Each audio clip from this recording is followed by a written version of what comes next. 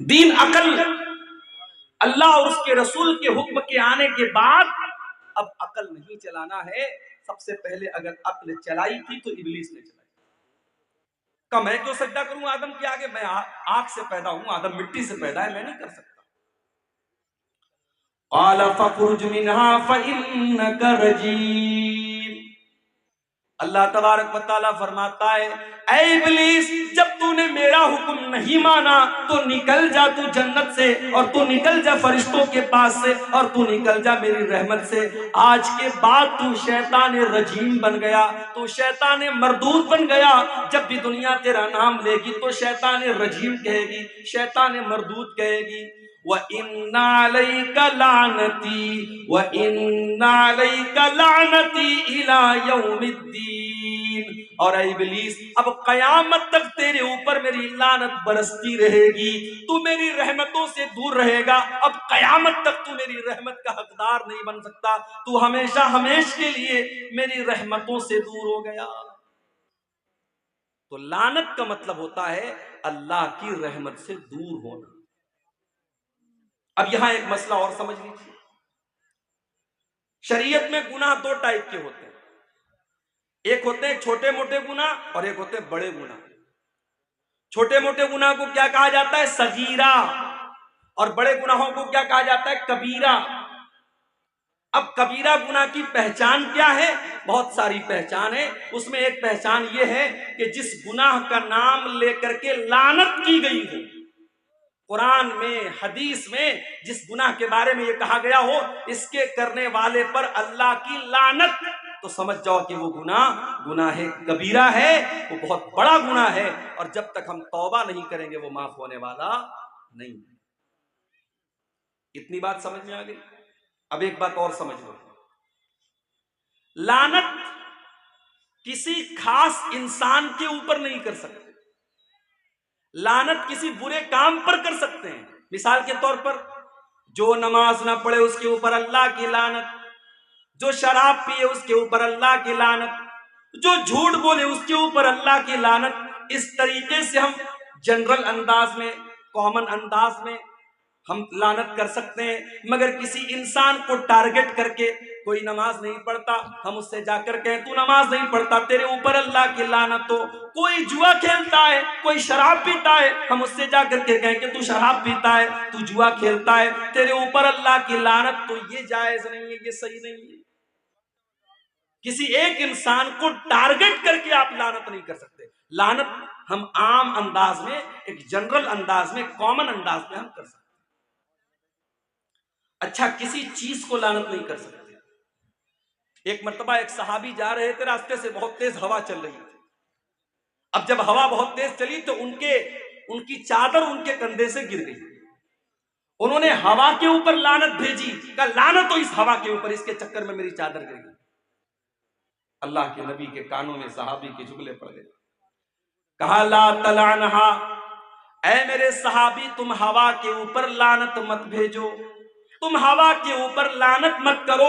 فإنھا مامورۃ، ہوا اپنے من سے نہیں چلتی ہے، ہوا تو اللہ تعالیٰ کے حکم سے چلا کرتی ہے. اے میرے صحابی، ایک ہوا کے اوپر بھی تمہیں لعنت کرنے کا ادھیکار نہیں ہے. اگر تم نے کسی کے اوپر لعنت کی اور وہ چیز لعنت کے لائق نہیں ہے تو لعنت لوٹ کر کے تمہارے پاس آ جائے گی. تو کسی کو ہم لعنت نہیں کر سکتے، کسی انسان کو، کسی چیز کو ٹارگٹ کر کے لعنت نہیں کر سکتے. برے عمل کے اوپر ہم لعنت کر سکتے. اب آج کی میری تقریر کا جو ٹاپک ہے، ہم ایسی کچھ چیزیں دیکھیں گے، کچھ ایکٹیویٹیز دیکھیں گے قرآن و سنت کی روشنی میں جن کے کرنے والے پر اللہ کی لعنت کی گئی ہے. میں انشاءاللہ 15 چیزیں بیان کروں گا. اگر آپ صبر سے سنیں گے، سکون سے سنیں گے، 15 چیزیں بیان کر کے میں اجازت دیں گا. تو شروع کرتے ہیں بنا ٹائم ویسٹ کیے.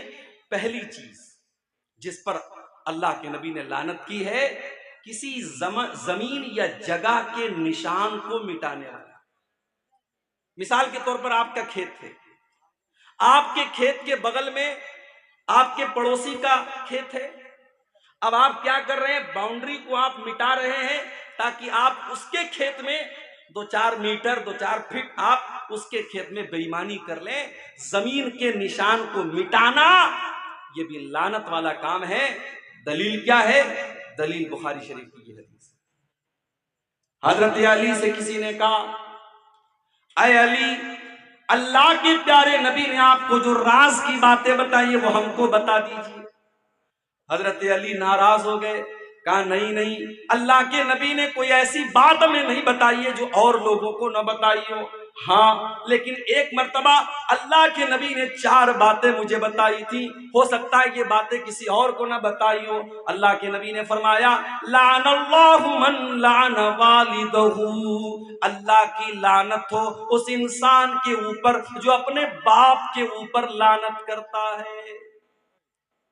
کوئی باپ کے اوپر بھی لعنت کرتا ہے؟ ہاں، آپ نے کسی اور کے باپ کو برا بھلا کہا، جواب میں اس نے آپ کے باپ کو برا بھلا کہا، ہو گئی باپ کے اوپر لعنت۔ اور کچھ بد نصیب تو ایسے بھی ہوتے ہیں جو ڈائریکٹ اپنی ماں کو اپنے باپ کو گالی دیتے ہیں، لعنت کرتے ہیں۔ نہیں میرے بھائی، ماں باپ اگر غلط بھی کریں، ماں باپ اگر ظلم بھی کریں، ان کا عمل اللہ کے حوالے کر دو، مگر ان کے ساتھ بدتمیزی مت کرو۔ انہیں اللہ تعالیٰ نے تمہارے پیدائش کا ذریعہ بنایا۔ تمہاری ماں نہ ہوتی، تمہارے باپ نہ ہوتے تو تم دنیا میں نہیں آ سکتے تھے۔ ان کی قربانیاں، ان کی محنتیں کبھی بھولو مت۔ ماں نے 9 مہینے پیٹ میں رکھا، باپ نے خون پسینہ ایک کیا، تب تم کسی لائق بنے ہو۔ اگر تمہیں بوڑھے ماں باپ ملے ہیں، ان کی قدر کرو، ان کی خدمت کرو۔ اما یبلغن عندک الکبر احدہما او کلاہما فلا تقل لہما اف ولا تنہرہما وقل لہما قولا کریما۔ تمہارے والدین میں سے کوئی ایک اگر بوڑھا ہو جائے یا دونوں بوڑھے ہو جائیں، تم کو بڑھاپے میں تمہارے ماں باپ اگر مل جائیں تو قرآن کہتا ہے فلا تقل لہما اف، تم اپنے والدین کو اف بھی نہ کہنا۔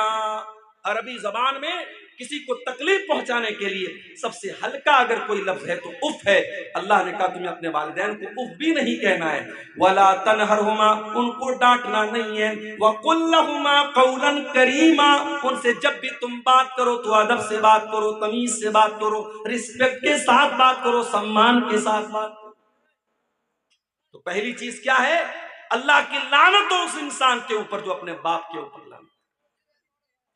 دوسری چیز وَلَعَنَ اللَّهُ مَنْ ذَبَحَ لِغَيْرِ اللَّهِ، اور اللہ کی لعنت اس انسان کے اوپر جو غیر اللہ کے نام پر جانور ذبح کرتا ہے۔ کوئی خواجہ صاحب کے نام سے بکرا کاٹ رہا ہے، کوئی شیخ عبد القادر جیلانی کے نام سے بکرا کاٹ رہا ہے، کوئی اپنے پیروں کے نام سے بکرا کاٹ رہا ہے، غیر اللہ کے نام پر جانوروں کو ذبح کیا جا رہا ہے۔ نہیں نہیں میرے بھائی، جیسے سجدہ اللہ کے سوا کسی اور کو جائز نہیں، جیسے دعا اللہ تعالیٰ کے علاوہ کسی اور کے آگے جائز نہیں، اسی طریقے سے قربانی بھی اور جانور کو ذبح کرنا بھی اللہ کے علاوہ کسی اور کے لیے جائز نہیں۔ ہمارا نوجوان پٹنہ جاتا ہے، سلی گڑی جاتا ہے، بڑے مال میں جاتا ہے، میک ڈونلڈ میں جاتا ہے، چکن کھاتا ہے، ایک بار یہ پتہ لگانے کی کوشش نہیں کرتا کہ یہ چکن حلال بھی تھا کہ نہیں تھا۔ اور ابھی اسرائیل اور فلسطین کا مسئلہ چل رہا ہے، شاید آپ نے فوٹو دیکھا ہوگا سوشل میڈیا پر کہ میک ڈونلڈ ایک بڑی تعداد میں اسرائیل کے فوجیوں کی مدد کرنے کے لیے کھانے پینے کی چیزیں بھیج رہا ہے، جو آپ کے مسلمان بھائیوں اور ان کے بچوں کا خون بہانے والے ظالموں کو وہ کھانا پرووائڈ کر رہا ہے۔ اس کمپنی میں جا کر کے آپ بڑے شوق سے چکن کے برگر کھا رہے ہیں، اپنے دینی اور ایمان کی غیرت کا میرے بھائیوں آپ اندازہ لگائیں۔ میک ڈونلڈ میں اور اس طریقے کے بڑے بڑے ریسٹورنٹ میں جب تک یہ کنفرمیشن نہ ہو جائے کہ وہ کھانا حلال ہے اور اللہ کا نام لے کر کے ذبح کیا گیا ہے، آپ کے لیے کھانا جائز نہیں ہے میرے بھائی۔ کوئی اگر مسلمان اپنے آپ کو کہتا ہے اور اپنے گھر میں شیخ عبد القادر جیلانی کے نام پر بریانی بنواتا ہے اور ان کے نام پر جانور کو ذبح کرتا ہے، حرام ہے آپ کے لیے وہ کھانا جس کھانے پر اور جس چیز پر اللہ کے علاوہ کسی اور کا نام لیا گیا ہو، اس چیز کو کھانا جائز ہے۔ یہ سوال بھی اکثر پوچھا جاتا ہے، مولوی صاحب دیوالی کی مٹھائی کھانا کیسا ہے؟ ٹھیک ہے، میں مانتا ہوں کہ دیوالی کی مٹھائی میں جو پوجا کے لیے جو مٹھائی ہوتی ہے اس کو الگ کر دیا جاتا ہے، مگر ہے تو وہ ایک شرکیہ تہوار کا سمبل.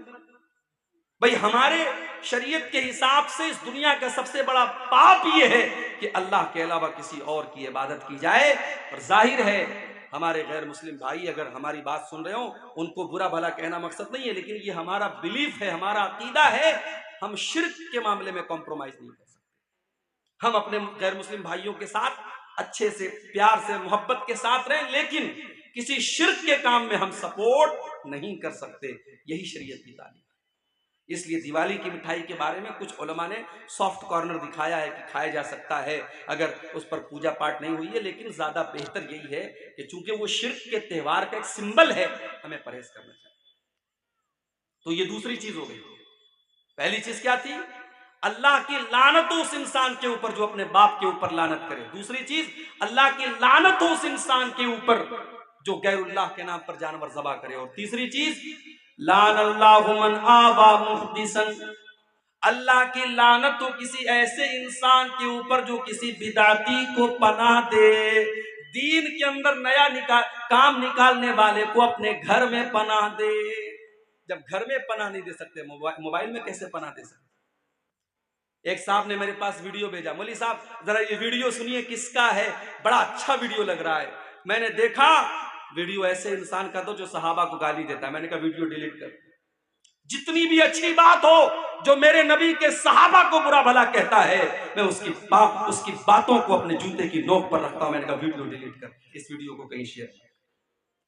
جب بدعتی کو گھر میں پناہ دینا جائز نہیں تو موبائل میں اور اسٹیٹس میں پناہ دینا کیسے جائز ہوگا؟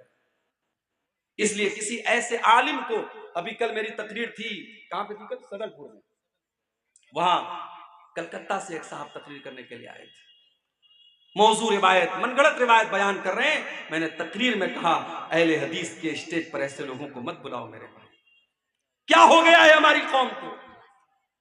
ابھی ایک جلسے میں نے سنا ایسے مقرر کو بلایا جا رہا ہے جس کے باقاعدہ یوٹیوب کے اوپر بھجن موجود ہیں، جو غیر اللہ کے لیے بھجن گاتا ہے اور غیر اللہ کے لیے جو ہے اللہ کے علاوہ دوسروں کی تعریف میں وہ لمبے لمبے قصیدے پڑھتا ہے اور کفریہ باتیں کرتا ہے. اس کو آج ہماری جماعت اہل حدیث کے اور شیر صاحبادی کے اسٹیج پہ بلایا جاتا ہے. یہ شرم کی بات نہیں میرے بھائی. عقیدہ بھی کوئی چیز ہوتی ہے، ایمان بھی کوئی چیز ہوتی ہے. ہمارے اسٹیج کا ایک وقار ہے، ایک سمان ہے، ایک ڈگنیٹی ہے، ایک پہچان ہے، ایک آئیڈینٹی ہے. اس کو برباد مت کرو میرے بھائی. جس کی بھی لچھے دار باتیں ہیں اور جس کے کبھی آپ نے نام سن لیا، اس کو بلانے مت لگو. پتہ لگاؤ وہ عالم ہے کہ نہیں، وہ اہل حدیث ہے کہ نہیں، اس کا عقیدہ صحیح ہے کہ نہیں. جب بدعتی کو پناہ دینا جائز نہیں ہے تو بدعتی کو اپنے موبائل میں بھی پناہ دینا جائز نہیں.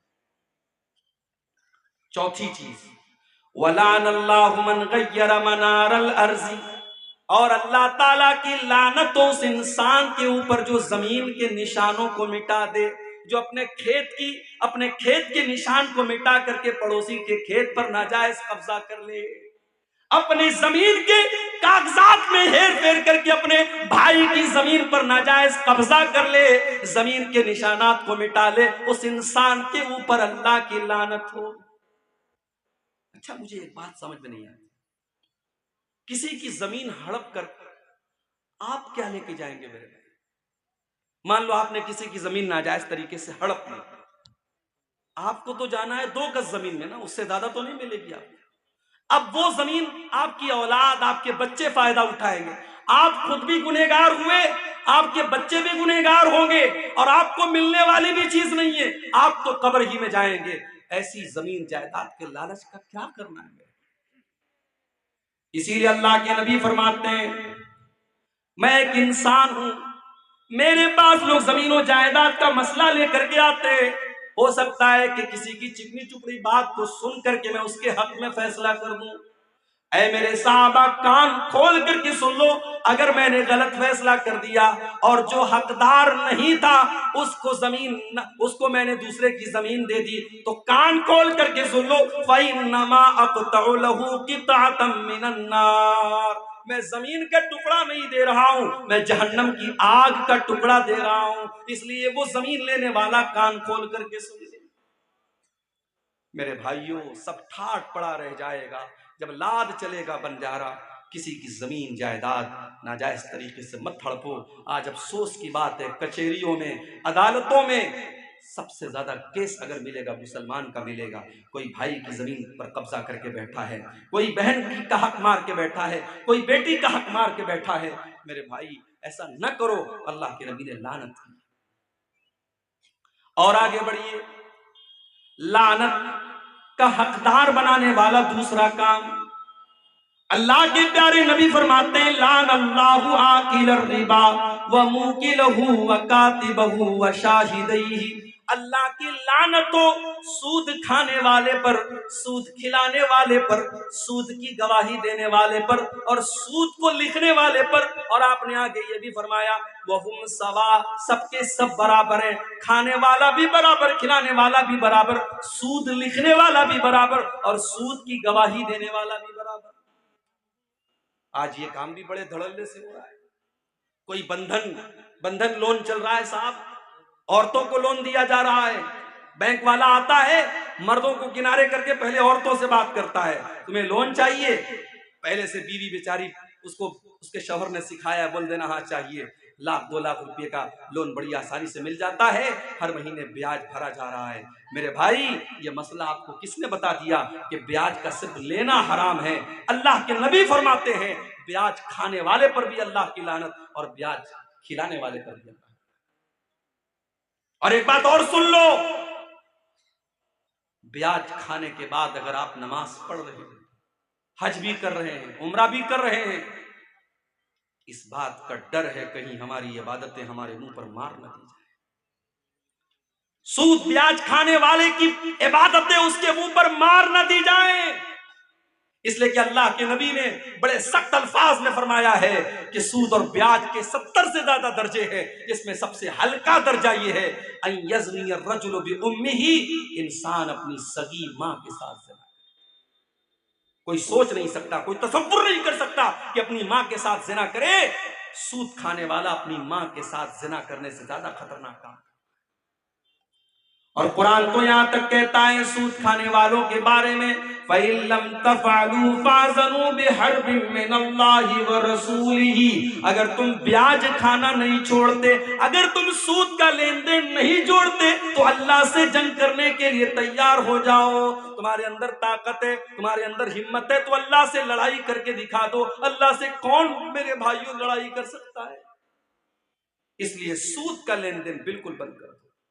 اب یہ ایک الگ مسئلہ ہے، ہم ہندوستان میں رہتے ہیں، پورا ہمارا کاروبار بینکنگ سسٹم پر ہے، بینک میں ہمارا سیونگ اکاؤنٹ کھلا ہے، ہر کوارٹر پر، ہر 4 مہینے پر ہمارے بینک میں انٹرسٹ آتا ہے۔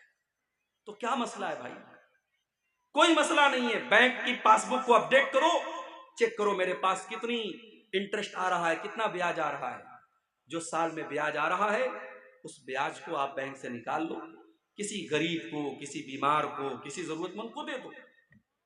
اس لیے نہیں کہ ثواب ملے گا، اس لیے تاکہ وہ پیسہ استعمال ہو جائے، بینک اس کو استعمال نہ کرے، آپ بھی اس کو استعمال نہیں کریں گے، کسی ضرورت مند کو دے دیں گے، بس اپنی جان چھڑانے کے لیے۔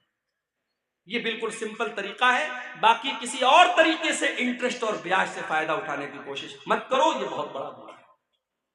آگے بڑھتے ہیں، تیسری چیز، لعنت کا حقدار بنانے والی تیسری چیز، حضرت عبداللہ بن مسعود فرماتے ہیں لعن اللہ الواشمات والمستوشمات والمتنمسات والمتفلجات،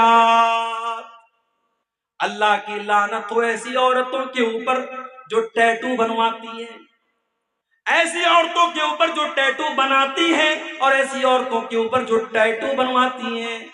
ٹیٹو بنوانا حرام ہے، مرد بنوائے تب بھی حرام، عورت بنوائے تب بھی حرام۔ آج کل بڑا رواج چلا ہے، شوہر بیوی کے نام کا ٹیٹو بنوا رہا ہے، بیوی شوہر کے نام کا ٹیٹو بنوا رہی ہے۔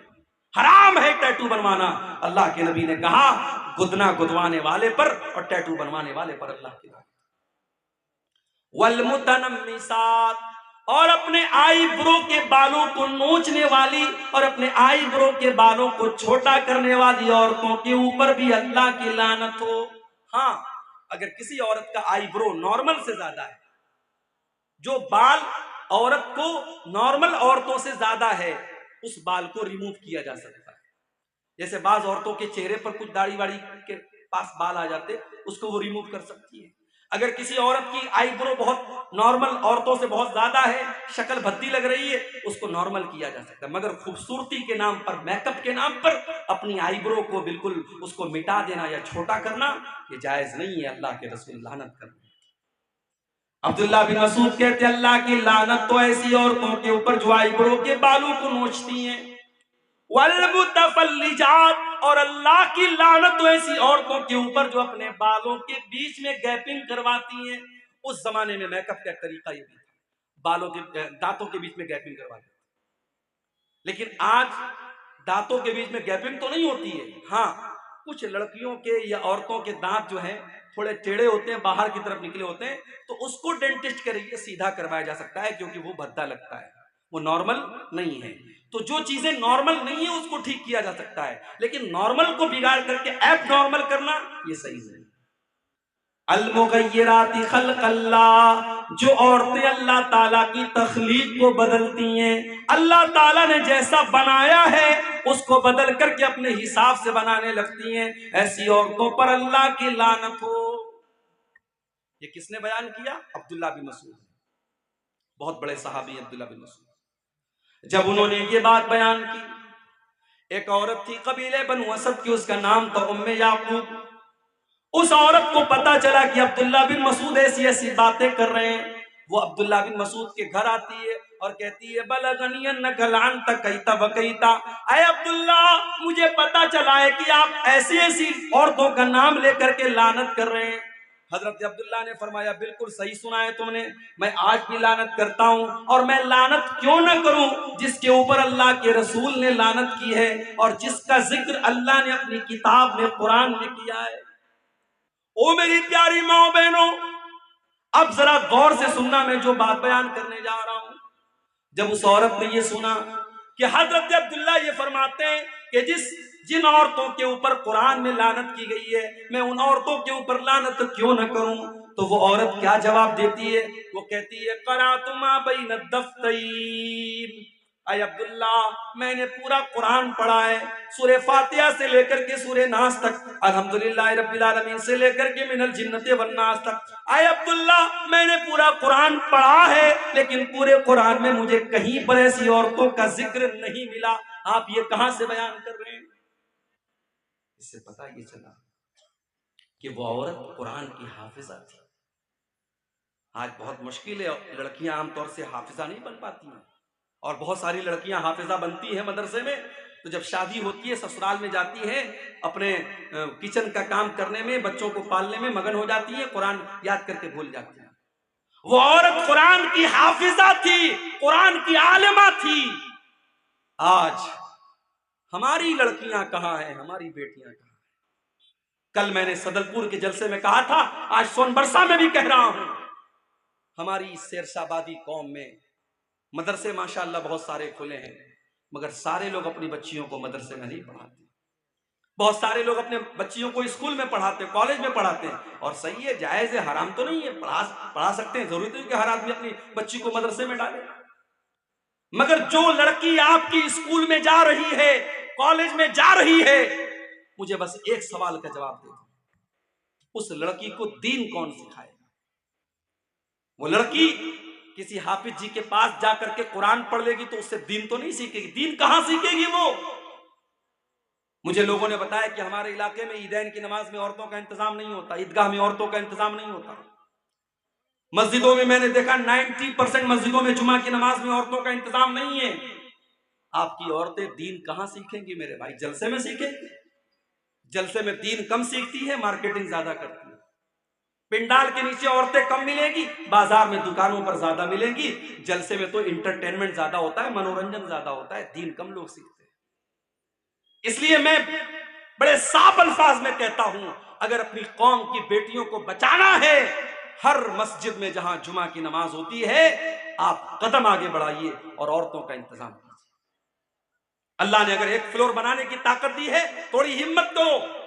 اور میں جانتا ہوں سیمانچل کا یہ علاقہ پچھڑا علاقہ مانا جاتا ہے، مگر جب جو خرچ کرنے پر آتے ہیں 6-6 لاکھ روپے کے جلسے میں پنڈال بنتے ہیں۔ ابھی کہیں پروگرام ہونے والا ہے، سنا کہ 6 لاکھ کا وہاں پنڈال بن رہا ہے۔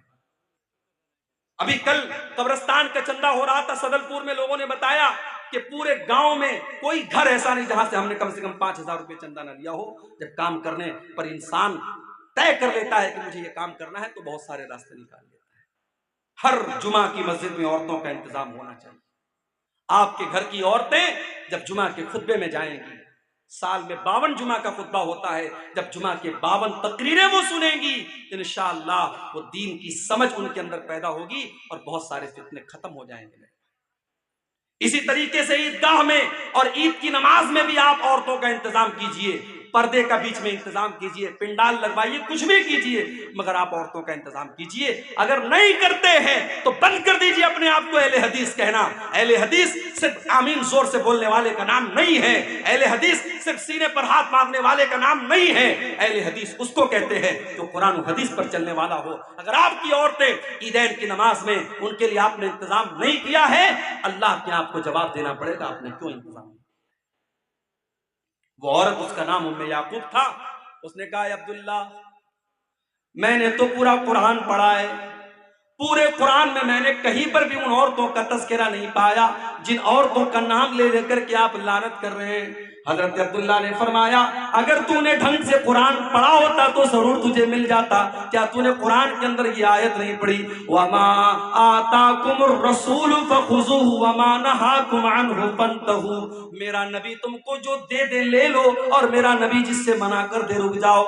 اے خاتون، میرے نبی نے ایسی عورتوں کا نام لے کر کے لعنت کی ہے، جب میرے نبی نے لعنت کی ہے تو سمجھو اللہ نے لعنت کی ہے، کیونکہ اللہ کہہ رہا ہے میرا نبی جو دے دے لے لو، میرا نبی جس سے منع کر دے رک جاؤ۔ کہتی ہے ہاں اب آپ کی بات سمجھ میں آئی۔ اس کے بعد وہ عورت کہتی ہے اے عبداللہ مجھے پتا چلا ہے آپ کے گھر کی عورتیں بھی ٹیٹو بنواتی ہیں، مجھے پتا چلا ہے آپ کے گھر کی عورتیں بھی آئی برو سیٹ کرواتی ہیں۔ حضرت عبداللہ نے کہا جاؤ، میرے گھر کی اگر کسی عورت کا تمہیں یہ عمل مل جائے تو آ کر کے مجھے بتاؤ۔ وہ عورت گھر میں جاتی ہے، پتا یہ بھی چلا نبی کے دور میں تقریر کرنے والے کا اپنا عمل بھی تقریر کے مطابق ہوتا تھا۔ آج اللہ معاف فرمائے، باتیں بہت بڑی بڑی ہیں مگر جب اندر جھانک کے دیکھو تو پتہ لگتا ہے کہ صرف باتیں ہی باتیں ہیں، عمل بڑا کمزور ہے۔ حضرت عبداللہ نے چیلنج دے کر کہا جاؤ، اگر میری کوئی بیوی اگر یہ کام کرتے ہوئے پائی گئی میں اپنے ساتھ اس کو نہیں رکھوں گا۔ عورت اندر سے آتی ہے، کہتی ہے معافی چاہتی ہوں، معذرت چاہتی ہوں، آپ کے گھر کے بارے میں غلط رپورٹ ملی تھی۔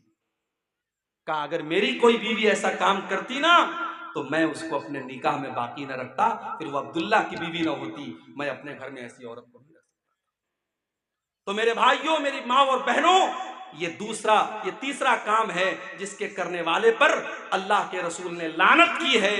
جو عورتیں گدنا گدواتی ہیں، ٹیٹو بنواتی ہیں یا آئی برو سیٹ کرتی ہیں، ایسی عورتوں پر بھی اللہ کے رسول نے لعنت کی ہے۔ اور آگے بڑھیے، نمبر 4، تصویر بنانے والے کے اوپر بھی اللہ کے رسول نے لعنت کی ہے۔ آپ نے فرمایا لعن اللہ المصور، اللہ کی لعنت و تصویر بنانے والوں کے اوپر۔ آپ نے یہ بھی فرمایا کہ قیامت کے دن سب سے دردناک عذاب تصویر بنانے والوں کو ہوگا، یضاہئون خلق اللہ، کیونکہ تصویر بنانے والے اللہ کی تخلیق کا مقابلہ کرتے ہیں۔ اب یہاں پہ سوال پیدا ہوا، عبدالغفار صاحب اگر تصویر بنانا حرام ہے، آپ خود سیلفی کیوں لیتے ہیں؟ آپ کے ساتھ نوجوان سیلفی لے رہا ہے، آپ سیلفی لینے کی اجازت کیوں دیتے ہیں؟ تو بھائی یہ مسئلہ بھی سمجھ لو کہ کیمرے کی تصویروں کے بارے میں علماء کا اختلاف ہے۔ کچھ علماء تو کہتے ہیں کہ جب تصویر کا نام آ گیا تو کیمرے کی تصویر بھی اس کے اندر شامل ہے، وہ بھی حرام ہے۔ لیکن بہت سارے علماء کا یہ کہنا ہے کہ کیمرے کی تصویر وہ تصویر نہیں ہے جس کا حدیث کے اندر ذکر کیا گیا ہے، کیونکہ حدیث میں یہ کہا گیا کہ تصویر بنانے والا اللہ کی تخلیق کا مقابلہ کرتا ہے۔ جیسے اللہ نے ہمارے ہاتھ بنائے، اللہ نے ہمارے پیر بنائے، تو پینٹنگ بنانے والا جب پینٹنگ بناتا ہے تو وہ ہاتھ بھی بناتا ہے، وہ پیر بھی بناتا ہے، وہ چہرہ بھی بناتا ہے، وہ ناک بھی بناتا ہے۔ فوٹو کھینچنے والا تو کوئی کام نہیں کرتا، وہ تو کیمرے کو کلک کرتا اور فوٹو کھینچ لیتا ہے. تو کیمرے کے اندر جو فوٹو آتا ہے وہ در حقیقت ایک شیڈو ہے، ایک عکس ہے، وہ تصویر نہیں ہے جس کے اوپر حدیث میں لعنت کی گئی ہے. بہرحال یہ علماء کی ایک بڑی جماعت کا فتویٰ ہے، اس لیے کیمرے کی تصویر کے بارے میں گنجائش ہے. اور ہمارے جو بھائی ہمارے ساتھ سیلفی لیتے ہیں تو ہم اس لیے اجازت دے دیتے کہ چلو بھائی، آج کے زمانے میں لوگ فلمی ہیرو کو اپنا ہیرو مانتے ہیں، کوئی کرکٹروں کو اپنا ہیرو مانتا ہے. اگر ہمارا نوجوان اپنے علماء کو اپنا ہیرو مانتا ہے اور اپنے دین کا کام کرنے والے دعات کے ساتھ وہ سیلفی لینے کو اپنے لیے شوق کی چیز سمجھتا ہے تو ہم بہت سختی نہیں کرتے ہیں. لیکن پھر بھی تصویروں کے معاملے میں ہمیں احتیاط کرنی چاہیے. اور اپنی بہنوں سے کہنا چاہوں گا، آپ کا تصویر لے کر کے اس تصویر کو کہیں پر بھی شیئر کرنا یہ بالکل صحیح نہیں ہے. ہماری بہت ساری مسلمان بہنیں وہ اپنے اسٹیٹس پر اپنی تصویر لگاتی ہیں. نیا کپڑا پہنا، جلدی سے انسٹاگرام پہ فوٹو ڈال دیا، فیس بک پر فوٹو ڈال دیا. آپ کے اسی کٹیہار اور پورنیہ کی کئی مسلمان لڑکیوں کو میں جانتا ہوں جو بہت فیمس ہیں، انسٹاگرام پر بہت فیمس ہیں، فیس بک کے اوپر بہت فیمس ہے. وہ اس کے پہلے جب ٹک ٹاک چلتا تھا ان کے ویڈیوز بڑے وائرل ہوتے تھے. مسلمان لڑکیاں ہیں اور چھوٹے چھوٹے کلپ بنا کر کے وہ شیئر کرتی ہیں. جائز نہیں ہے میری بہنوں آپ کا اپنے جسم کو اور اپنے چہرے کو کسی غیر کے سامنے دکھانا، یہ جائز نہیں ہے. اور سوشل میڈیا تو ایک پبلک پلیٹ فارم ہے، کوئی بھی دیکھ سکتا ہے، وہاں پر تو اس طریقے کی چیزیں ڈالنا بالکل بھی جائز نہیں ہے. تو تصویر کے معاملے میں بھی ہم بہت احتیاط کریں. 4 چیزیں ہو گئی. نمبر 5، اللہ کے نبی کے صحابہ کی کو برا بھلا کہنے والے کے اوپر بھی اللہ کی لعنت ہوتی ہے.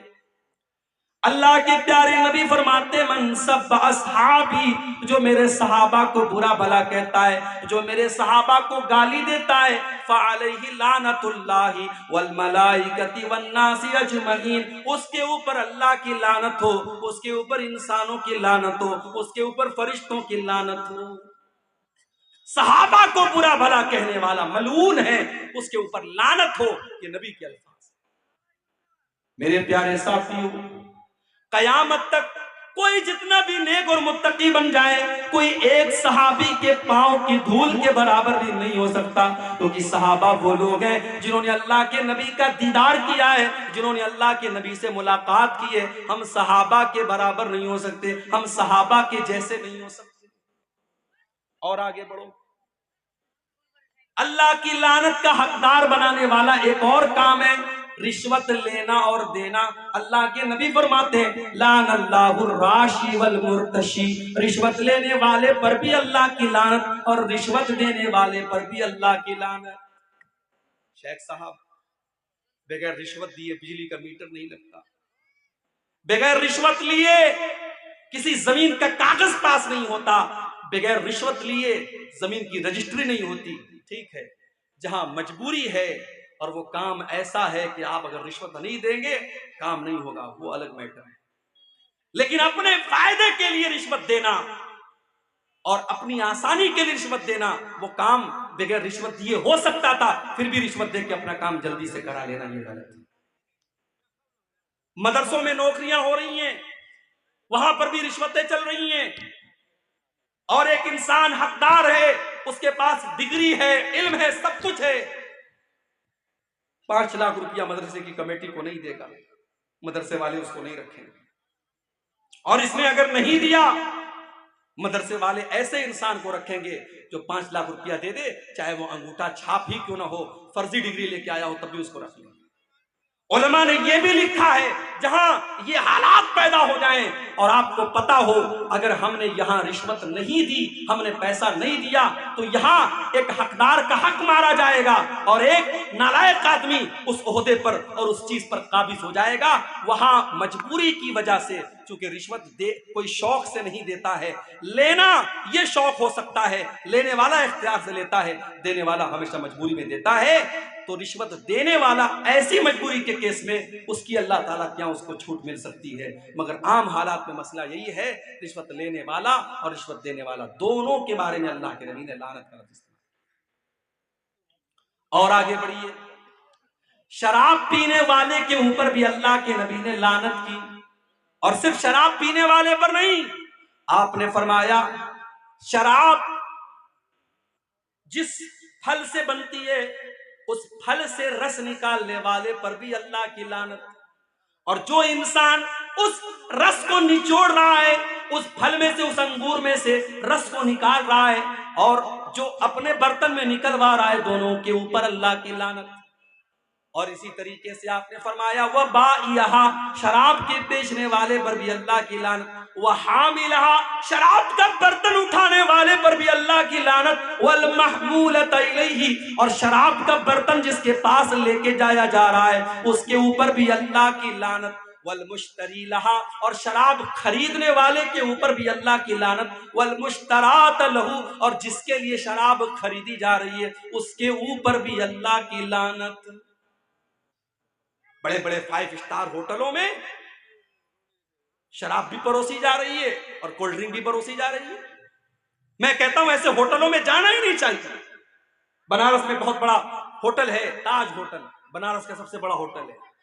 مجھے لوگوں نے بتایا وہاں سور کا گوشت بھی ملتا ہے، بکرے کا گوشت بھی ملتا ہے۔ میں نے کہا یار جب سور کا گوشت اور بکرے کا گوشت دونوں ملتا ہے تو ظاہر ہے کچن تو ایک ہے، برتن تو ایک ہے، پکانے والا اسی برتن میں مٹن پکا رہا ہے اور اسی برتن میں پورک پکا رہا ہے۔ میں نے کہا اللہ کی قسم میں کبھی کسی ایسے ہوٹل میں کھانے کو پسند نہیں کھانا چاہیے میرے بھائی۔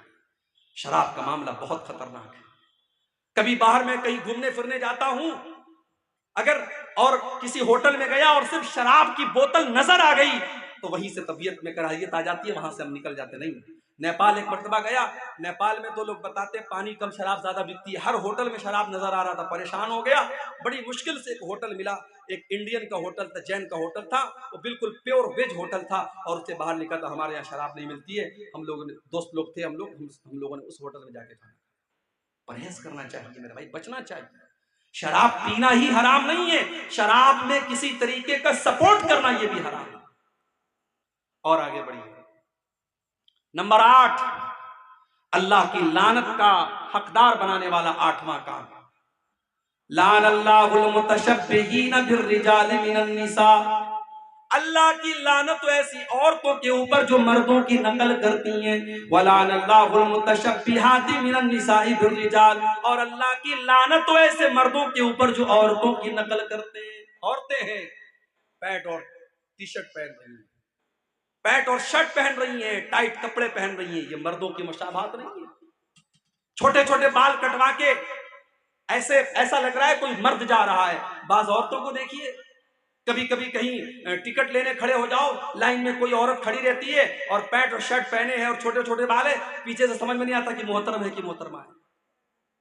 آدمی کنفیوز ہو جاتا ہے کہ یہ آدمی ہے کہ عورت ہے۔ ایسی عورتوں پر لعنت کی اللہ کے رسول، اور ایسے مردوں کے اوپر بھی اللہ کی لعنت ہو جن کو بس لپسٹک لگانا باقی ہے۔ ہجڑے تو ایسے ہی بن گئے، داڑھی واڑی تو بالکل صاف ہے، اور بال بھی ماشاءاللہ بعض لڑکوں کے دیکھو تو کافی بڑے بڑے رہتے ہیں۔ آج کل بال 2 ٹائپ کے چلتے ہیں، ایک بالکل لیڈیز کٹ بال اور ایک سور کٹ بال جو آدھا ٹکلا رہتا ہے آدھا بال رہتا ہے، وہ بھی حرام ہے یاد۔ تو یہ 2 ٹائپ کے بال بھی ہمارا نوجوان رکھتا ہے۔ بعض نوجوانوں کو دیکھتا ہوں کانوں میں بالی بھی پہنے رہتے ہیں، کانوں میں بھی چھید کروائے رہتے ہیں، کہتے ہیں فیشن ہے مولوی صاحب، سونے کی چین بھی گلے میں ڈالا ہوا، فیشن ہے مولوی صاحب۔ ابھی یہ فیشن آیا ہے، کل لپسٹک کا فیشن آئے گا، لپسٹک بھی لگائے گا یہ، پرسوں فیشن آئے گا نیل پالش لگاؤ، یہ نیل پالش بھی لگائے گا۔ اللہ کی لعنت ہو ایسے مردوں کے اوپر جو عورتوں کی مشابہت اختیار کرتے ہیں، جو عورتوں کی طرح بات چیت کرتے ہیں۔ اور بعض لڑکوں کے اندر میں نے دیکھا، بچپن سے اگر والدین کنٹرول نہیں کرتے، عورتوں کے انداز میں بات چیت کرتے ہیں تو بڑے ہونے کے بعد عورتوں جیسی صفات پیدا ہو جاتی ہے۔ مرد کو مرد ہی رہنا چاہیے میرے بھائی، اس کے انداز اور اس کو کپڑے۔ بعض ہمارے رشتہ داروں میں ہم نے ایک جگہ دیکھا، ایک لڑکی تھی، بچپن سے اس کے والدین لڑکے کا کپڑا پہناتے تھے، آج وہ لڑکی 20 سال کی ہو گئی، ماں باپ چاہتے ہیں لڑکی شلوار سمیز پہنے، لڑکی عورتوں کا کپڑا پہنے، مگر بچپن سے اس کو لڑکوں کا کپڑا پہنایا ہے، آج 20 سال کی لڑکی ہوگی، آج بھی وہ لڑکوں کا کپڑا پہنتی ہے۔ تو یہ جائز نہیں ہے میرے بھائی، اللہ کے نبی نے لعنت کی۔ اور آگے بڑھیے، جو بیوی اپنے شوہر کا حق ادا نہ کرے، شوہر کی جسمانی خواہش کو پورا کرنے سے انکار کر دے بلا کسی مجبوری ہو الگ بات ہے، بیوی بیمار ہے یا کوئی نیچرل پرابلم ہے الگ بات ہے، بغیر کسی مجبوری کے شوہر کی جسمانی خواہش کو پورا نہ کرنے والی عورت کے اوپر بھی اللہ کی لعنت ہوتی ہے۔ بخاری اور مسلم کے الفاظ ہیں، اللہ کے پیارے حبیب صلی اللہ علیہ وسلم فرماتے ہیں اذا دعا الرجل امراته الى فراشه، جب انسان اپنی بیوی کو اپنے بستر پر بلائے، فبات فابت، تو عورت انکار کر دے، فبات وهو غضبان علیہا، اور شوہر اس حال میں رات گزارے کہ بیوی سے ناراض ہے، اگر شوہر اسی طریقے سے رات گزار دے، لعنت حل ملائکۃ حتی تصبح، تو صبح تک فرشتے لعنت کرتے رہتے ہیں ایسی عورت کے اوپر۔ لیکن یہ بات یاد رکھو، اسلام میں ون وے ٹریفک نہیں ہے۔ اگر عورت کے اوپر یہ فرض ہے کہ وہ مرد کے ایموشن اور جذبات کا خیال رکھے، تو مرد کو بھی چاہیے کہ وہ عورت کے جذبات کا خیال رکھے۔ یہ نکاح ہے بھائی صاحب، یہ کوئی زبردستی کا سودا نہیں ہے۔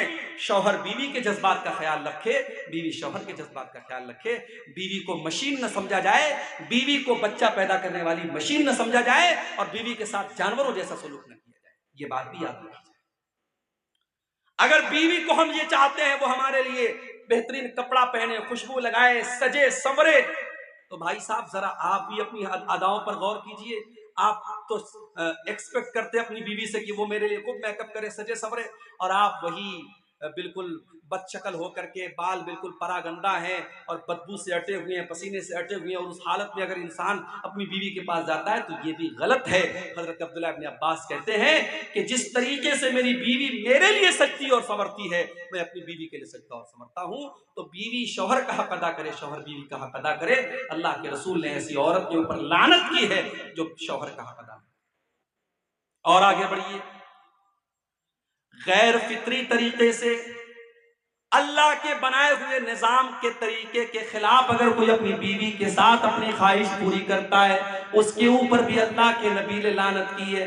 ملعون من اتى امرأته في دبرها، اللہ کے نبی فرماتے ہیں جو انسان اپنی بیوی کے ساتھ غلط طریقے سے، غیر فطری طریقے سے، جو نیچرل طریقہ ہے، جو اللہ تعالیٰ نے نظام بنایا ہے مرد و عورت کے درمیان ملاقات کا، اس نظام کے خلاف اگر جاتا ہے، غلط طریقے سے گندے ویڈیوز کو دیکھنے کے بعد اس طریقے سے اپنی بیوی کے ساتھ وہ کام کرنے کی کوشش کرتا ہے، ایسے شوہر کے اوپر اللہ کے نبی نے لعنت فرمائی۔ ملعون من اتى امرأته في دبرها، جو عورت کے ساتھ غیر فطری طریقے سے صحبت کرتا ہے، اس انسان کے اوپر بھی اللہ کی لعنت۔ بہت کھول کھول کر کے الفاظ بیان کرنے کی ضرورت نہیں ہے، آپ ہوشیار سمجھدار ہیں، سمجھ لیجئے۔ آج چونکہ ہمارے نوجوانوں میں ایک کریز ہے انٹرنیٹ پر گندے ویڈیوز دیکھنے کا، اس کی وجہ سے بہت سارے لوگ ناجائز اور غلط اور حرام جو طریقے ہیں میاں بیوی سے ملاقات کے، وہ اپناتے ہیں۔ یاد رکھو میرے بھائی، یہ حرام اور ناجائز ہے اور اللہ کی لعنت کو کا حقدار بنانے والا ہے۔ اور آگے بڑھیے، نمبر 11، اللہ کی لعنت کا حقدار بنانے والا 11واں کام، کسی قبر کے اوپر سجدہ کرنا یا کسی قبر کے اوپر مسجد بنا لینا۔ کلیا چک میں ایک مسجد ہے، اہل حدیث کی مسجد ہے، وہاں باقاعدہ مسجد کے اندر قبر ہے، قبر مسجد کے اندر ہے، اور نماز ہو رہی تھی، میں گیا، مجھ سے امام صاحب نے دھیرے سے کہا مولوی صاحب یہاں قبر ہے، آپ تھوڑا سا تقریر میں بول دیجئے گا۔ بہت سارے علماء یہاں بول کے گئے لیکن اصلاح نہیں آئی۔ میں گیا، میں نے کھلے عام تقریر میں کہا یہ حرام ہے اور آپ کی نماز خطرے میں پڑ رہی ہے، آپ کی نماز قبول نہیں ہوگی اگر آپ مسجد کے اندر سے اس قبر کو نہیں نکالیں گے۔ بہرحال اللہ تعالیٰ نے توفیق دی ان لوگوں کو۔ بعد میں جب میں گیا تو لوگوں نے بتایا کہ اس قبر کو وہاں سے نکال کے انہوں نے مسجد کے کیمپس سے باہر کر دیا۔ ضرورت پڑنے پر قبر کو ٹرانسفر کیا جا سکتا ہے۔ اگر مان لیجئے کسی ایسی جگہ قبر ہے کہ وہاں قبر ہونا مناسب نہیں، تو قبر کے اندر جو مردے کی ہڈیاں وغیرہ ہیں ان کو احترام کے ساتھ کسی کپڑے میں رکھ کر کے دوسرے قبرستان میں دفن کی جا سکتی ہے ضرورت پڑنے پر۔ تو قبرستان کے اوپر مسجد نہیں بن سکتی اور مسجد میں قبر نہیں بن سکتی۔ اللہ کے نبی نے لعنت کی ہے۔ لعن اللہ الیہود والنصارى اتخذوا قبور انبیائہم مساجد، اللہ کی لعنت و یہود و نصارہ کے اوپر، انہوں نے اپنے نبیوں کی قبروں کو مسجد بنا لیا، وہ اپنے نبیوں کی قبروں پر سجدہ کرنے لگے، انہوں نے اپنے نبیوں کی قبروں کے اوپر سجدہ کرنا شروع کر دیا۔ اللہ کے نبی نے دعا بھی کی تھی، اللہم لا تجعل قبری وثنا یعبد، اے اللہ تو میری قبر کو بت نہ بننے دینا، اے اللہ میری قبر کو تو بت نہ بنا دینا۔ جس کی عبادت کی جائے، جس پر سجدہ کیا جائے، جس کی پوجا پاٹ کی جائے، اے اللہ تو میری قبر پر یہ سب کام نہ ہونے دینا۔ اور آج اللہ کا شکر ہے، دنیا کی بہت ساری طاقتیں لگی ہوئی ہیں، اللہ حفاظت کرے سعودی عرب کی حکومت کی۔ آج اگر یہ حکومت نہ ہوتی تو شاید جو منظر ہم اجمیر میں دیکھتے ہیں، جو منظر ہم ہندوستان میں بزرگوں کی قبروں پر دیکھتے ہیں، شاید اس سے کہیں زیادہ خطرناک منظر مدینے کا ہوتا، اور نبی کی قبر پہ سجدے ہو رہے ہوتے۔ وہاں 24 گھنٹے پولیس کے لوگ کھڑے ہیں، سیکیورٹی کے لوگ کھڑے ہیں، اور اگر کوئی کسی بھی طریقے کا شرکیہ کام کرنے کی کوشش کرتا ہے، سیکیورٹی کے لوگ فوراً اس کو وہاں سے بھگا دیتے ہیں، نکال دیتے ہیں۔ تو میرے بھائیوں، قبر کے اوپر مسجد بنانا یا قبر کے اوپر سجدہ کرنا، یہ بھی اللہ کی لعنت کا حقدار بنانے والا کام۔ نمبر 12، حضرت لوط علیہ السلام کی قوم جو کام کرتی تھی، مرد کا مرد کے ساتھ، لڑکے کا لڑکے کے ساتھ تعلق قائم کرنا، حرام کام کرنا، بدکاری کا کام کرنا، ہومو سیکسولیٹی، یا آج کی زبان میں جس کو ہم کہہ سکتے ہیں ہم جنسی، یا ہندی میں کہہ سکتے ہیں سم لینگنگتا، جس کو آج دنیا کی عدالتوں نے اس کو صحیح قرار دے دیا ہے، لیکن اللہ کے نبی نے لعنت قرار دی ہے۔ مسند احمد کی روایت ہے، آپ نے فرمایا لعن اللہ من عمل قوم لوط، لعن اللہ من عمل قوم لوط، لعن اللہ من عمل قوم لوط، اللہ کی لعنت اس انسان کے اوپر جو حضرت لوط علیہ السلام کی قوم والا عمل کرتا ہے۔ دنیا میں سب سے پہلے یہ کام اگر کسی نے کیا تھا، لوط علیہ السلام کی قوم نے کیا تھا، اور جب حضرت لوط نے ان کو سمجھایا تھا تو یہ کہا تھا کہ تم اس گناہ کی شروعات کر رہے ہو، آج تک دنیا میں یہ گناہ کسی نے نہیں کیا جو گناہ تم کر رہے ہو۔ اللہ نے تمہارے لیے عورتوں کو بنایا ہے، تمہارے لیے اللہ نے جائز طریقہ بنایا ہے، ناجائز طریقہ اپنا رہے ہو۔ تو قوم کے لوگوں نے مذاق اڑایا تھا اور کہا تھا یہ تو بڑے پاک صاف لوگ ہیں، یہ تو اپنے آپ کو بڑے صاف ستھرے سمجھتے ہیں۔ اور اللہ کا جب عذاب آیا میرے بھائی، پتھروں کی بارش ہوتی ہے، اس قوم کے اوپر پتھروں کی بارش ہوتی ہے، اور پوری قوم کو اللہ تعالیٰ الٹ دیتا ہے، اور پوری قوم کا نام و نشان مٹ جاتا ہے۔ آج بھی یہ کام ہو رہا ہے، بہت سارے نوجوان اس گندگی میں مبتلا ہیں۔ اس حدیث کو میرے بھائیوں اپنے سامنے رکھو، جو یہ کام کرے اس کے اوپر اللہ کی لعنت ہو۔ اور اسلامی حکومت اگر ہے اور کوئی کام یہ کام کرتا ہوا اگر کوئی لڑکا پایا گیا تو اسلامی حکومت میں اس کی سزا سزائے موت ہے۔ اللہ کے نبی کی حدیث ہے کہ لوط علیہ السلام کی قوم والا عمل اگر کوئی لڑکا لڑکی کرے تو فاعل اور مفعول کو، جو کر رہا ہے اور جو کروا رہا ہے، دونوں کو قتل کر دیا جائے۔ اسلامی حکومت میں اتنی خطرناک سزا ہے، یہ بہت بڑی بدکاری اور بے حیائی کا کام ہے۔ اللہ تعالی ہمارے تمام نوجوانوں کی اس سے حفاظت فرمائے۔ تو یہ 12ویں چیز ہے کہ جو یہ حضرت لوط علیہ السلام کی عمل والا ان کی قوم والا جو عمل کرتا ہے، اس عمل کرنے والے پر بھی اللہ کے نبی نے لعنت کی ہے۔ اور آگے بڑھیے، اپنے باپ کے بجائے کسی اور کی طرف اپنی نسبت کرنا، اپنے والد کے بجائے کسی اور کو اپنا والد بنانا۔ جیسے آج کے دور میں بہت سارے لوگ بچوں کو اڈاپٹ کر لیتے ہیں، بچوں کو پال لیتے ہیں۔ اب بچے کا باپ کوئی اور ہے، لیکن جو انسان پالتا ہے، جو پرورش کرتا ہے، اسی انسان کا نام اس کے نام کے ساتھ جڑ جاتا ہے۔ باپ کا نام تھا عبداللہ، لیکن پالنے والے کا نام محمد تھا، تو یہ اپنے باپ کی جگہ محمد کا نام لکھتا ہے، عبداللہ کا نام نہیں لکھتا ہے۔ یہ اتنا خطرناک کام ہے۔ اللہ کے نبی فرماتے من ادعا الی غیر ابیہ، جو اپنے باپ کے بجائے کسی اور کا نام اپنے باپ کے نام کی جگہ جوڑے، ومن تولا من غیر موالیہ، اور جو غلام اپنے مالک کے بجائے کسی اور کو اپنا مالک قرار دے، فعلیہ لعنت اللہ والملائکۃ والناس اجمعین، تو ایسے انسان کے اوپر اللہ کی لعنت ہو، فرشتوں کی لعنت ہو، اور تمام لوگوں کی لعنت ہو۔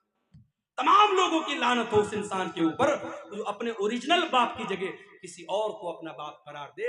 اسی لیے بڑی سختی ہے، اگر آپ بچے کو اڈاپٹ کرتے ہیں تو علماء کا فتویٰ موجود ہے اور قرآن کی آیتیں موجود ہیں کہ اس کی ولدیت کی جگہ آپ اوریجنل باپ کا نام لکھیں گے۔ اب ہمارے ہاں بڑا مسئلہ ہے، آپ آدھار کارڈ بنوائیں گے، اس پہ اوریجنل باپ کا نام چڑھوائیں گے تو مسئلہ پیدا ہوگا۔ تو آدھار کارڈ وغیرہ میں مجبوری کے طور پر آپ اپنا نام جوڑ سکتے ہیں، مگر جہاں اسلامی پوائنٹ آف ویو سے ضرورت پڑے گی، مثال کے طور پر نکاح کے ٹائم یا مثال کے طور پر کوئی گواہی کے ٹائم، تو وہاں ولدیت میں جو اوریجنل باپ ہے اسی کا نام دیا جائے گا۔ پالنے والا، پرورش کرنے والا وہ باپ نہیں ہو سکتا ہے، اس کو احترام میں وہ لڑکا باپ ابا جان کہہ سکتا ہے، ابو کہہ سکتا ہے، پاپا کہہ سکتا ہے، مگر اوریجنل اس کا جو باپ ہے وہ وہی رہے گا جس نے اس کو جنم دیا ہے، جو اس کا باپ ہے۔ اسی طریقے سے 14ویں چیز میرے بھائیوں جو اللہ کی لعنت کا حقدار بناتی ہے، حلالہ کرنے والا اور کروانے والا۔ حلالہ سمجھتے ہیں؟ نام سنا ہے حلالہ کا؟ کسی نے 3 طلاق دے دی اپنی بیوی کو، ایک ساتھ 3 طلاق۔ ہمارے یہاں مسئلہ کیا ہے قرآن و حدیث کی روشنی میں؟ اگر کوئی ایک ساتھ 3 نہیں 300 طلاق دے دے وہ ایک ہی مانی جائے گی۔ کیوں؟ کیونکہ طلاق ایک مرتبہ میں ایک ہی ہوتی ہے، ایک سے زیادہ نہیں ہوتی۔ طلاق کا ایک پروسیس ہے۔ اگر کسی نے اپنی بیوی کو طلاق دیا ہے تو اب 3 مہینے تک وہ دوسری طلاق نہیں دے سکتا، 3 مہینے تک وہ دوسری طلاق دے ہی نہیں سکتا۔ اگر 3 مہینے کے اندر وہ دوسری طلاق دے گا تو وہ دوسری نہیں مانی جائے گی۔ ایک طلاق دے گا انسان، اب 3 مہینے کا ٹائم ہے۔ اگر 3 مہینے کے اندر رجوع کر لیا، اچھی بات تھا، رجوع کر لیا، بیوی بیوی رہے گی۔ اگر 3 مہینہ گزر گیا اور رجوع نہیں کیا تو نکاح ختم ہو گیا، نیا نکاح ہوگا، نیا مہر ہوگا، پھر آئندہ کبھی زندگی میں جھگڑا ہوگا اور طلاق دے گا، وہ دوسری طلاق ہوگی۔ یہاں سارا سسٹم گڑبڑ کر دیا، طلاق طلاق طلاق، غصے میں بیوی کو طلاق طلاق بول دیا۔ اب اپنے مولوی صاحب کے پاس گیا، مولوی صاحب نے کہا حلالہ کرانا پڑے گا، حلالہ کرانا پڑے گا۔ اور حلالہ کا طریقہ کیا ہے؟ ایک رات کے لیے تمہاری بیوی کسی سے شادی کرے گی، ایک رات تک وہ ساتھ میں رہے گا اور اگلے دن وہ طلاق دے دے گا، پھر عورت عدت گزارے گی، پھر تم اس سے شادی کرے گی۔ یہ کتنی کھلم کھلا، کتنی بڑی بے غیرتی اور بے حیائی اور زناکاری ہے، اور آج پوری دنیا میں اسلام کی امیج کو خراب کرنے کا کام کیا ہے۔ کتنی فلمیں بنی ہیں اس کے اوپر، کتنی ویب سیریز بنی ہیں اس کے اوپر۔ حلالہ اتنا گندا کام ہے میرے بھائیوں۔ اللہ کے نبی نے فرمایا لعن اللہ المحلل والمحلل لہ، حلالہ کرنے والے پر اور حلالہ کروانے والے پر، دونوں کے اوپر اللہ کی لعنت ہو۔ اور ایک اور حدیث میں اللہ کے نبی نے فرمایا کہ کیا میں تم کو ایسے انسان کے بارے میں نہ بتاؤں جو کرائے کا سانڈ ہوتا ہے؟ صحابہ نے کہا اللہ کے نبی کرائے کا سانڈ کون ہوتا ہے؟ آپ نے فرمایا جو حلالہ کرواتا ہے۔ حلالہ کروانے والا اپنی بیوی کو کسی غیر کے بستر پر بھیجنے والا، اور وہ انسان کرائے کا سانڈ ہوتا ہے جو یہ کام کرتا ہے۔ تو حلالہ کرنے والا بھی اور حلالہ کروانے والا بھی، دونوں پر اللہ کی لعنت۔ اور آخری چیز جو بیان کر کے ہم بات ختم کریں گے میرے بھائیوں، جس انسان کے اوپر اللہ کے نبی نے لعنت کی ہے، میری ماں اور بہنوں آپ سے کہنا چاہتا ہوں، اللہ کے نبی نے فرمایا لعن اللہ زوارات القبور، اللہ کی لعنت ایسی عورتوں کے اوپر جو قبروں کی بہت زیادہ زیارت کرتی ہیں۔ کبھی کبھار عبرت کے طور پر اگر عورتیں قبرستان چلی جائیں، اپنی ماں کی قبر پہ، اپنے باپ کی قبر پہ، الگ بات ہے، لیکن بہت زیادہ قبرستان پہ جانے والی اور قبروں کی زیارت کرنے والی عورتوں کے اوپر اللہ کے نبی نے لعنت کی ہے۔ آپ نے فرمایا لعن اللہ زوارات القبور، قبروں کی بہت زیادہ زیارت کرنے والی عورتوں کے اوپر اللہ کی لعنت ہو۔ آج ہندوستان میں کتنی ہماری مسلمان بہنیں ہیں، ان پر فتویٰ ہے مسجد میں نہیں جا سکتی۔ مجھے یاد ہے اسی بہار میں گیا ایک جگہ ہے، گیا کہ ایک مولانا صاحب تھے، انتقال ہو گیا، اللہ معاف کرے۔ انہوں نے ایک تقریر میں کہا تھا اہل حدیثوں، بڑا شوق ہے تمہیں اپنی عورتوں کو مسجد میں بھیجنے کا نا، ذرا ایک دن ہماری مسجد میں بھیج دو، 9 مہینے کے بعد رزلٹ آ جائے گا۔ ایک انسان، ایک عالم تقریر کر رہا ہے اور ممبر پر اور اسٹیج پر بیٹھ کر کے اتنی گندی اور گھناؤنی بات کر رہا ہے۔ میرے بھائیوں کیا تصور کیا جا سکتا ہے کہ مسجد میں کوئی اتنا گندا کام کرے؟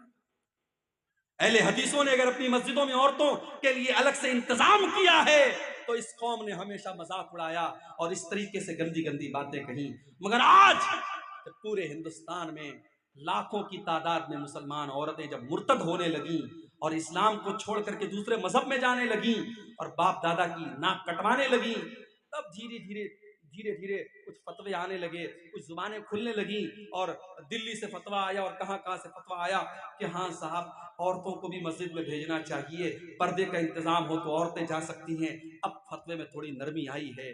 ہم تو ہمیشہ سے کہتے چلے آئے کہ اپنی عورتوں کو مسجد میں بھیجو۔ میرے بھائی تم نے مسجد میں تو نہیں بھیجا، اجمیر کی درگاہ پہ عورتوں کی بھیڑ موجود ہے، کچھوچا کی درگاہ پر عورتوں کی بھیڑ موجود ہے، جتنے قبریں اور جتنے بزرگوں کے مزار ہیں پورے ہندوستان میں آپ چلے جائیے، وہاں مردوں سے زیادہ آپ کو عورتیں مل جائیں گی۔ ممبئی چلے جاؤ، حاجی علی کی درگاہ سمندر کے بیچ میں موجود ہے، آپ چلے جاؤ، مرد آپ کو کم ملیں گے، عورتیں زیادہ ملیں گی۔ میرے نبی نے لعنت کی ہے ایسی عورتوں پر جو قبرستان بہت زیادہ جاتی ہیں۔ کبھی کبھار عبرت کے طور پہ چلی جائیں الگ بات ہے، مگر ان درگاہوں پر، ان قبروں پر، ان مزاروں پر کوئی عبرت کے لیے نہیں جاتا ہے۔ وہاں عیاشی ہوتی ہے، وہاں شرک ہوتا ہے، وہاں حرام خوری ہوتی ہے۔ میرے بھائیوں، ہماری عورتوں کو اس چیز سے بچنا چاہیے، اور ہمیں اپنی عورتوں کو اس سے بچانا ہے۔ اللہ کے نبی نے لعنت کی ایسی عورتوں پر، اللہ کی لعنت ہو۔